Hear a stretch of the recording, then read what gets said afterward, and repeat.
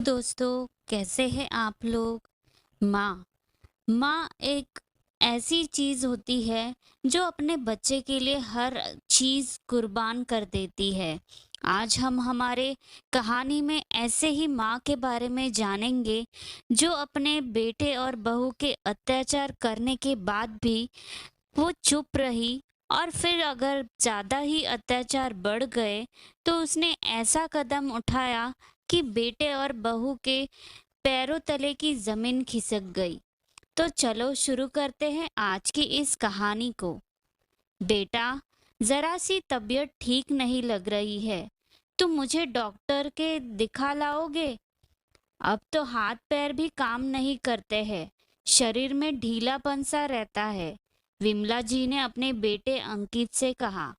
लेकिन अंकित तो अपने ऑफिस के काम में लगा था और लैपटॉप पर नजरें गड़ाए हुए था। अपनी माँ की बात सुनकर भी वो सुन नहीं रहा था। 5 मिनट तक विमला जी उसकी ओर आशा भरी दृष्टि से देखती रही, पर उसने कोई जवाब नहीं दिया। तभी अंदर से अंकित की पत्नी मेघा बाहर आती है। ओ, आप फिर से बाहर आ गई।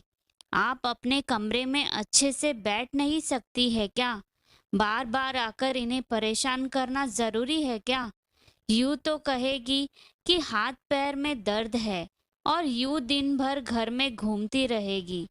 अब ये ऑफिस का काम करेंगे या आपकी सेवा में बैठे रहेंगे? ससुर जी तो हमारे लिए कोई खजाना नहीं छोड़कर गए हैं। अब इनकी कमाई से ही घर चलता है, तो इन्हें चैन से काम करने दो। मेघा का गुस्सा देखकर विमला जी अंदर अपने कमरे में आकर लेट गई। अब दर्द के मारे नींद भी नहीं आती है। एक तो दर्द, उस पर बुढ़ापे का शरीर। नींद आंखों से गायब हो रही थी। अंकित सुबह भी जल्दबाजी में रहता है और शाम को आते ही लैपटॉप में लग जाता है। आखिर अपनी पीड़ा किससे कहूँ? जब बेटे को ही फुर्सत नहीं है तो बहू से उम्मीद क्या करूँ? विमला जी की आंखों के कोर गीले हो गए। शरीर भी साथ नहीं देता है और उनका बेटा भी उनसे दूर हो गया था। उसे अपनी बूढ़ी माँ की जरा भी परवाह नहीं थी। वो अपने ऑफिस, घर, बच्चों की दुनिया में ही व्यस्त रहता था। माँ तो उसकी दुनिया में आती ही नहीं थी। अगली सुबह विमला जी बिस्तर से नहीं उठी, दर्द से कराह रही थी। सुबह के 10 बज गए, पर किसी ने चाय पानी की नहीं पूछा। आज तो रविवार था, सभी देर तक सोते हैं, पर 8 बजे तक तो उठ ही जाते हैं। विमला जी धीरे धीरे हिम्मत करके उठी और फिर कमरे के बाहर गई तो देखा अंकित अपने बच्चों और पत्नी के साथ समोसे जलेबी का नाश्ता कर रहा था, पर किसी ने उन्हें खाने के लिए पूछा तक नहीं। विमला जी रसोई में गई और पानी लेने लगी तो वो ही फ्रिज का पानी था। इतनी गर्मी में बोतल का पानी भी गर्म ही आता है। वो फ्रिज का पानी पीती नहीं है और बोतल के पानी से प्यास बुझती नहीं है। कितनी बार कहा है, गर्मी में मटकी लेकर आ जा ताकि ठंडा पानी पी सकूं। पर बहू को घर में मटकी रखना झंझट का काम लगता है। बुढ़ापे में बेटे बहू से पानी के लिए तरसा दिया है। एक बार उन्होंने टोक दिया तो मेघा बोली, मम्मी जी, हमारे साथ रहना है तो अपने नखरे छोड़ दीजिए। आजकल सब फ्रिज का ही पानी पीते हैं, फिर मटकी रखो तो पूरे रसोई की शान खराब हो जाएगी। अब पानी ही तो पीना है, वो चाहे मटकी का पियो या बोतल का, क्या फर्क पड़ता है। वो पानी लेकर बाहर आ गई और फिर से अंकित से बोली, अंकित, मुझे डॉक्टर के दिखा दे, तबीयत सही नहीं लग रही है। ये सुनते ही अंकित भड़क गया और गुस्से से चिल्लाने लगा, ये क्या एक ही रट लगा रखी है? आखिर बुढ़ापे का शरीर है, ये छोटे बड़े दर्द तो लगे ही रहते हैं। अब इसका मतलब ये थोड़ी है कि मैं आपको डॉक्टर के यहाँ ही ले जाता फिरूंगा। अब डॉक्टर की फीस भी कितनी महंगी है। देखने से पहले तो 100 तरह के टेस्ट लिख देगा। वो कराओ, ये कराओ, फिर दुनिया भर की दवाई लिख देगा। अब थोड़ा सहन करना भी सीखो। घर का खाना खा रही हो, और क्या चाहिए। विमला जी इतना गुस्सा देखकर सहम गई। फिर बोली, ठीक है, बहू मुझे बादाम और खसखस का दूध बना दे। थोड़ी शरीर में ताकत आएगी तो चल फिर लूंगी। मेघा ने अजीब सा मुंह बनाया। ये लो, हम तो कभी एक बादाम भी मुंह में नहीं रखते हैं। बादाम कितनी महंगी आती है। अब इस महंगाई में बच्चों को पढ़ाए या सारे पैसे आपके दूध और बादाम पर खर्च कर दे। आपकी तो उम्र निकल गई है, पर हमें तो अपनी जिंदगी जीनी है और बच्चों का भी करियर बनाना है। ठीक है बहू, तो कुछ खाने को दे दे। सुबह से कुछ खाने को दे दे। सुबह से कुछ खाया नहीं है। मेघा अंदर रसोई में गई और रात की बची रोटी और साथ में अचार लाकर दे दिया। विमला जी चुपचाप कमरे में आ गई और उसके छोटे छोटे टुकड़े करके उन्हें धीरे धीरे खाने लगी। खाते वक्त उनकी आंखें भर आई, क्योंकि उन्होंने कभी इस तरह खाना नहीं खाया था। उनके पति की ठीक ठाक कमाई थी। वो कपड़ों और गहनों से ज्यादा खाने पीने पर खर्च करती थी। उनका मानना था कि अच्छा खाएंगे तो शरीर चलेगा।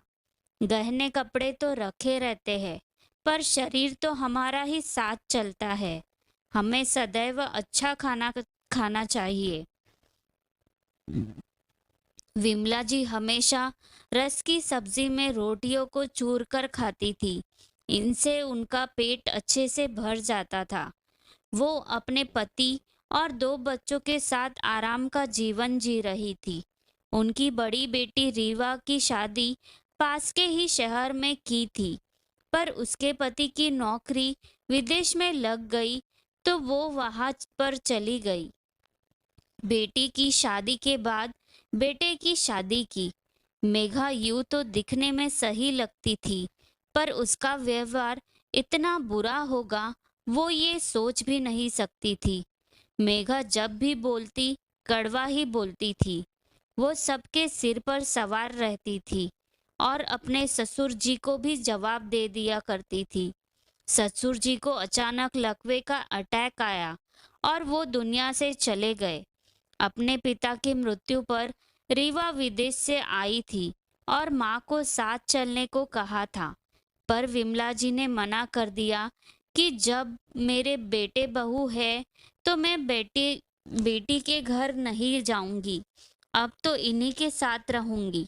विमला जी ने सोचा था कि अपने ससुर जी को खोने के बाद मेघा में कोई बदलाव आएंगे, पर वो तो और भी ज्यादा कड़वी हो गई। बेटे ने भी विधवा बूढ़ी माँ का दर्द नहीं समझा और बहू के बहकावे में आकर उन पर भी मानसिक अत्याचार करने लगा। एक दिन विमला जी मंदिर में पूजा कर रही थी और उन्होंने ईश्वर को प्रसाद चढ़ा दिया। उन्हें भूख लग रही थी और बहू है कि खाने को नहीं दे रही थी। उन्होंने कटोरी में रखा प्रसाद खा लिया। उन्हें प्रसाद खाते देखकर मेघा ने कमरे में आते हुए देख लिया। ये देखते ही वो फिर से गुस्सा हो गई। मम्मी जी, आपको शर्म आनी चाहिए। आप तो प्रसाद की चोरी करके खा रही है, तो और भी ना जाने क्या क्या खाती होगी, मुझे तो पता ही नहीं था। मैं तो आपको रसोई में ऐसे ही जाने देती थी, पर आज के बाद आप मेरी रसोई में कदम नहीं रखोगी और ना ही भगवान के मंदिर के पास प्रसाद चढ़ाओगी। इतना अपमानित होने के बाद आज विमला जी फूट फूट कर रोई। उनसे आजकल भूख सहन नहीं हो रही थी। हर थोड़ी देर में भूख लगती थी। जब बहू ने देर तक खाने को नहीं दिया तो उन्होंने प्रसाद खा लिया। इस तरह रोज रोज के अपमान से वो परेशान हो चुकी थी, लेकिन उन्हें कुछ समझ नहीं आ रहा था, क्योंकि उन्हें तो रहना बेटे बहू के साथ था। मेघा उन्हें रसोई में खाना नहीं बनाने देती थी, पर बाहर के सारे काम वो करवाती थी। झाड़ू, पोछा और बर्तन के साथ सब्जियां काटना, कपड़े सुखाना और कपड़े समेटना। अब इस उम्र में विमला जी थक जाती थी और उतनी सफाई से काम नहीं कर पाती थी। जब वो पूरा काम कर लेती थी, तब भी मेघा उन्हें ताने देती रहती थी। ज्यादा काम करने की वजह से उनके हाथों पैरों में दर्द होने रहने लगता था। लेकिन दोनों विमला जी की थोड़ी भी परवाह नहीं करते थे। उन्हें ढंग से खाना पीना नहीं मिल पाता था। अंकित और मेघा दोनों अपनी ही दुनिया में व्यस्त रहते थे। घर में विमला जी के होने ना होने से उन्हें कुछ फर्क नहीं पड़ता है। विमला जी घर में पड़े पुराने सामान की तरह थी, जिसकी कोई कदर नहीं थी। दोनों अपने बच्चों की हर इच्छा पूरी करते थे, पर विमला जी की जरूरतों को कभी उपेक्षा कर देते थे। विमला जी का चश्मा टूट गया था। वो महीनों से टूटे चश्मे से ही काम चला रही थी, पर अंकित ने नया चश्मा बनवा कर नहीं दिया। उनकी साड़ियाँ पुरानी हो गई थी, चप्पलें भी घिस गई थी। वो इन सब खर्चों के लिए पूरी तरह से बेटे बहू पर निर्भर थी, क्योंकि पति की कोई पेंशन नहीं मिलती थी। इसी बीच विमला जी की छोटी बहन ने घर में पूजा रखवाई और उन्हें आने का न्योता दिया। उनका भी जाने का मन था, क्योंकि हर घर में उन्हें घुटन महसूस होती थी। फोन पर वो जब भी किसी से बात करती थी, तो मेघा सामने खड़ी हो रहती थी और वो ज्यादा देर तक बात नहीं कर पाती थी। रीवा के फोन आने पर भी वो कुछ नहीं बोलती थी। रीवा से मिले हुए भी 3 साल हो गए थे। अब बहन ने बुलाया तो वो खुश हो गई, क्योंकि उनका भी अपनी बहन से मिलने का बड़ा मन था। अंकित ट्रेन के टिकट बनवा रहा था, तभी मेघा आई। अरे, एसी में टिकट बनवाने की क्या जरूरत है, स्लीपर में ही चली जाएगी। पूजा में ही तो जाना है, बेकार का ही खर्चा क्यों करना। अंकित ने भी स्लीपर में टिकट बनवा दिया। विमला जी जब ट्रेन में बैठी तो उन्होंने चैन की सांस ली, वरना कितने महीनों से वो जेल की जिंदगी जी रही थी। ट्रेन से उतरी थी कि उनकी बहन का बेटा उन्हें लेने आ गया। इतना सम्मान पाकर वो बहुत खुश हुई। पूजा का घर था और रौनक भी थी। वहां जाकर सबसे मिली। जब छोटी बहन ने उन्हें गले लगाया तो वो फूट फूट कर रोने लगी, जैसे आज दिल का सारा गुबार ही निकल जाना था। शाम को घर में छोटी सी पूजा थी। पंडित जी ने पाठ करवाया और सबने प्रसाद ग्रहण किया। थोड़ी देर बाद उनकी नजरें ऊपर उठी तो देखा सामने रीवा खड़ी थी। अपनी बेटी को सामने पाकर वो रोने लगी और उसे कसकर गले लगा लिया। मम्मी, अब मत रो, मैं आ गई हूँ और अब आपको मेरे साथ विदेश चलना ही होगा। मैं आपको यहाँ छोड़कर नहीं जा सकती हूँ। आप मुझसे जब भी बात करती थी तो पता लग जाता था कि आप खुश नहीं हो। मेरे लिए आपका खुश रहना बहुत जरूरी है, इसीलिए मैं आपको लेने आई हूँ। रीवा की बात सुनकर विमला जी बोली, लेकिन ऐसे कैसे? अचानक तू यहाँ आ गई? अच्छा, तुझे भी मौसी ने बुलाया होगा। नहीं, मैंने मौसी को कहा था कि आप पूजा रखवाए ताकि मम्मी यहाँ आ सके। मैंने आपका टिकट बनवा लिया है और अब आपको मेरे साथ चलना है।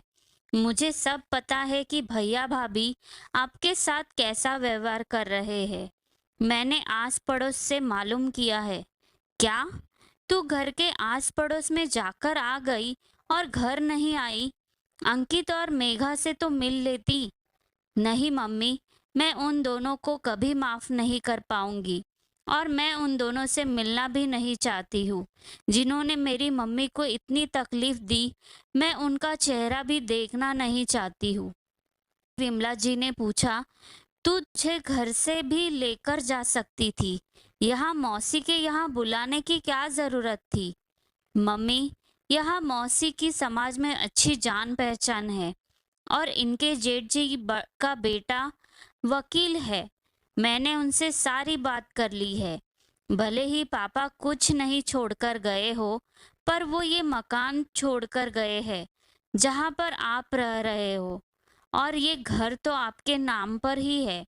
आप घर की मालकिन हो, फिर भी आपके साथ गलत व्यवहार हो रहा है। हाँ, अब मुझे बेटे बहू के साथ नहीं रहना है। मैं उनके अत्याचार और उपेक्षा अब नहीं सहन कर सकती हूँ। लेकिन मैं क्या कर सकती हूँ? विमला जी ने बोला।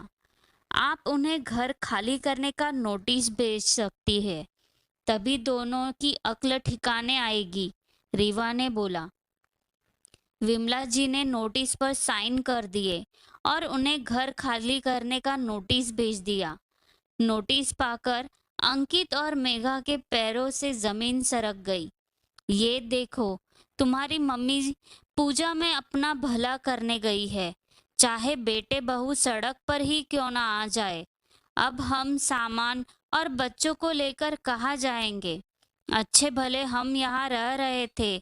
मेघा बरस पड़ी। अपनी मम्मी का ये रूप देखकर अंकित को हैरानी हुई और पछतावा भी।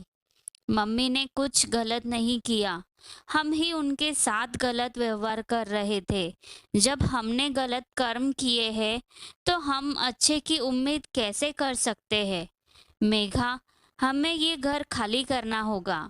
जब हमने मम्मी की जिम्मेदारी ढंग से नहीं निभाई तो हमारा उनकी जायदाद पर भी कोई हक नहीं बनता है।